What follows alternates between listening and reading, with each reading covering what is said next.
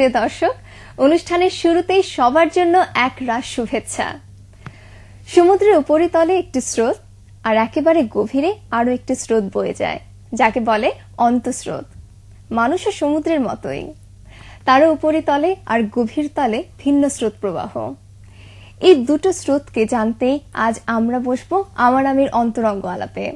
আজকে আমাদের সময় দিচ্ছেন খ্যাতিমান অভিনেতা আজিজুল হাকিম এবং তার জীবন সঙ্গী স্বনামধন্য নাট্যকার নির্মাতা জিনাত হাকিম।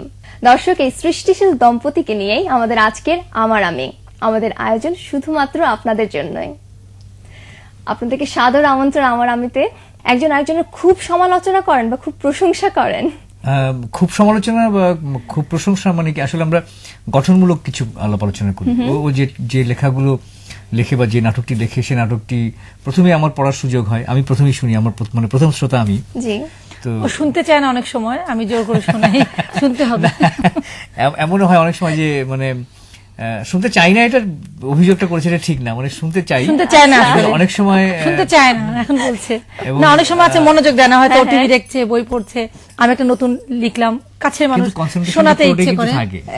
না না, অনেকবার বলতে হয়, কনসেন্ট্রেশন হয় কি, ও বলে যে আমি যা লিখেছি ছিঁড়ে ফেলবো না, যখন একেবারে পাত্তা দেয়, ধরো আচ্ছা আমি একটু ছিঁড়ে ফেলি, হ্যাঁ, যখন একটু অ্যাক্টিং করি তখন ও বলে আচ্ছা আচ্ছা ঠিক আছে। বর্তমানে কি নিয়ে ব্যস্ত আছেন আজিজুল হাকিম? আমি বেশ কয়েকটি সিরিয়ালে কাজ করছি, যেমন এর মধ্যে আছে সালাউদ্দিন লাবলুর পরিচালনা, বৃন্দাবন দাসের লেখা শাকিন সারিসুরি, এটা 104 পর্বের একটি সিরিয়াল। তারপর আমার নিজের নির্দেশিত একটি নাটক আছে, সে আমায় ভালোবাসে না, এটি জিনাত হাকিমের লেখা।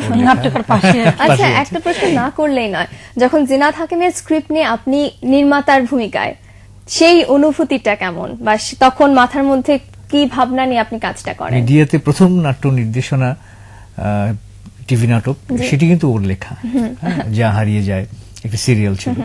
তো আন্ডারস্ট্যান্ডিংটা খুব ভালো ওর সাথে। ও যে বিষয়গুলো নিয়ে লিখতে চায় বা যে বিষয়গুলো নিয়ে ভাবে, সেই বিষয়গুলোতে আমরা খুব চমৎকার ভাবে শেয়ার করতে পারি।